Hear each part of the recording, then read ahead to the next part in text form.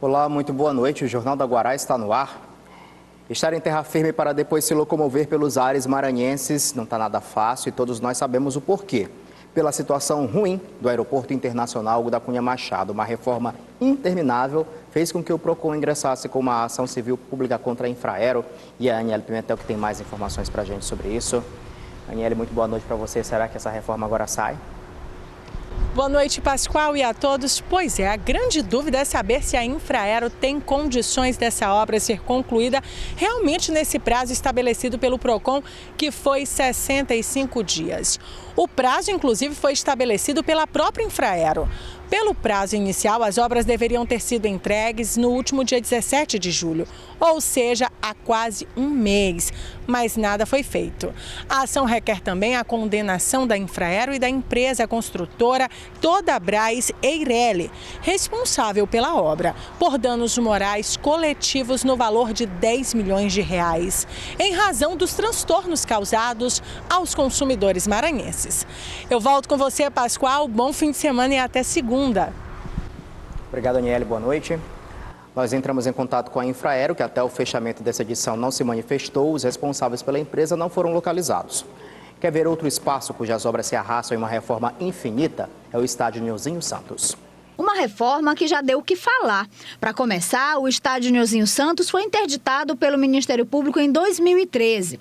Foi assinado um termo de ajustamento de conduta com o município. Em outubro do ano passado, mais problemas. Segundo o laudo do Corpo de Bombeiros, até rachaduras foram encontradas. A reforma, então, foi iniciada, com previsão de entrega para o dia 19 de junho deste ano. Há mais de um mês, os funcionários da empresa estão com parte dos salários atrasados, além da falta de materiais para a obra.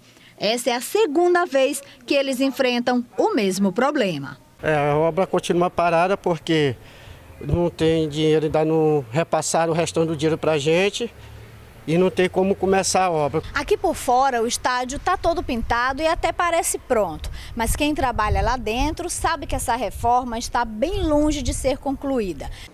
Em nota, a Secretaria Municipal de Desportos e Lazer informou que está tomando as providências para a solução das questões citadas na reportagem e a retomada dos serviços o mais breve possível. Tivesse o Nilzinho Santos aberto ao público, era uma opção para funcionar como um caldeirão para pressionar os adversários em jogos como o que vai acontecer neste domingo pela Série D do Campeonato Brasileiro, são as oitavas de final. O Motoclube vai enfrentar o time do Juazeirense de Feira de Santana, na Bahia. Este jogo será realizado no Estádio Castelão, às 4 da tarde, é o jogo de ida. O jogo de volta será na Bahia no próximo dia 21 de agosto. É somente no próximo dia 15, ou melhor, até o próximo dia 15 de agosto, segunda-feira, o prazo para que os nomes apontados em convenção eleitoral têm para registrar suas candidaturas e efetivamente concorrer às eleições de outubro. E esse prazo não será prorrogado. A gente tem uma estimativa que em torno de uns 700 de entrada. Então, se todo mundo deixar para a última hora, que é o prazo de segunda-feira, a gente talvez não tenha a mesma qualidade na hora de atender. Provavelmente a gente vai se estender além das 7 horas, mas lembrando que a gente somente vai atender aqueles que estejam aqui até as 7 horas da noite.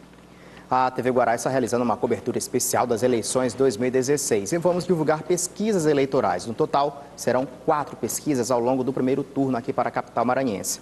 Esta é a primeira pesquisa exata com todos os nomes definidos para a disputa da Prefeitura de São Luís e que faz uma avaliação de cenários para o segundo turno. No primeiro cenário, a pesquisa exata TV Guará perguntou em quem você votaria para prefeito de São Luís se as eleições fossem hoje. Em primeiro lugar, aparece Edivaldo Holanda Júnior, com 16% das intenções de voto. Em seguida, Elisiane Gama, com 9%. O Wellington do Curso é o terceiro, com 9 pontos percentuais. Rose Salles foi lembrada por 2% dos eleitores. Eduardo Braide, João Castelo e Fábio Câmara foram citados, cada um, por 1% do eleitorado. Zé Luiz Lago marcou menos de 1%. Outros marcaram 1%. Nenhum, 15%. Não sabem, 45%.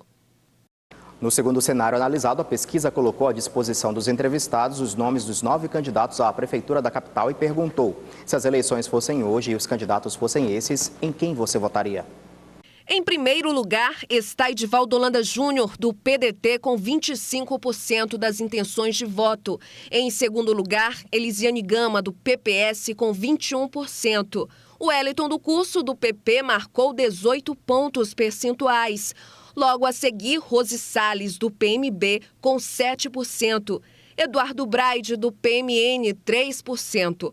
Fábio Câmara, do PMDB, foi citado por 2% dos entrevistados.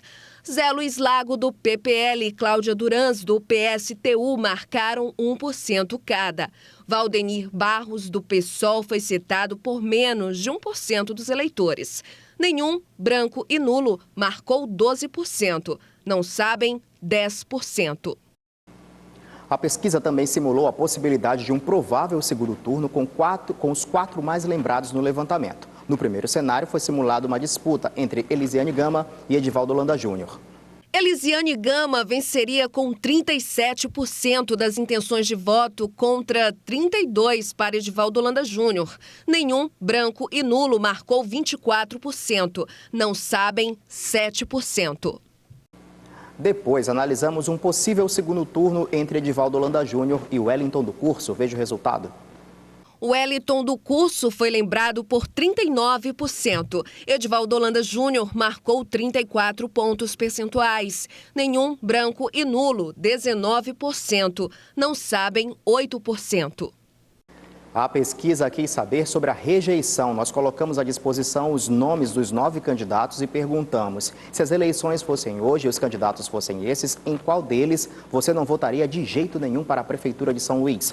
O entrevistado poderia escolher mais de um candidato. Edivaldo Holanda Júnior foi o mais rejeitado pelos entrevistados, com 35% das lembranças. Em seguida, Elisiane Gama, com 18%. Cláudia Durans marcou 17% de rejeição. Eduardo Braide e Fábio Câmara, os dois marcaram 16% cada um. Rose Salles, 15%. 14% disseram que não votariam de jeito nenhum em Zé Luiz Lago. Wellington do Curso e Valdenir Barros, 11%. Votaria em todos, marcou 6%. 14% disseram que não votariam em nenhum. O levantamento avaliou também se a população de São Luís aprova ou não a administração do prefeito Edivaldo Holanda Júnior.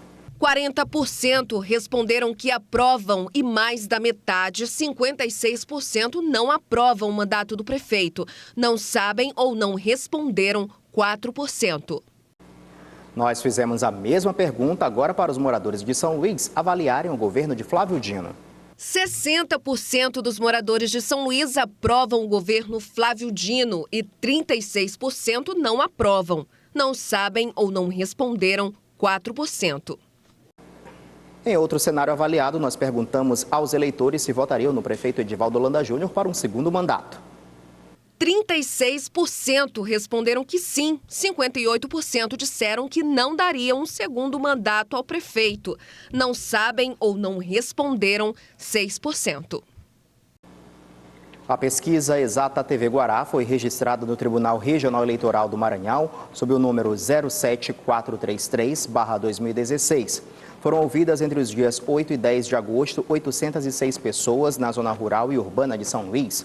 A margem de erro é de 4 pontos percentuais para mais ou para menos e o grau de confiabilidade é de 95%. Isto significa dizer que se fizéssemos 100 levantamentos utilizando a mesma metodologia, em apenas 5 deles os resultados ficariam fora da margem de erro. A seguir, polícia prende envolvidos em explosões a bancos no interior do estado e ainda a movimentação do comércio às vésperas do Dia dos Pais.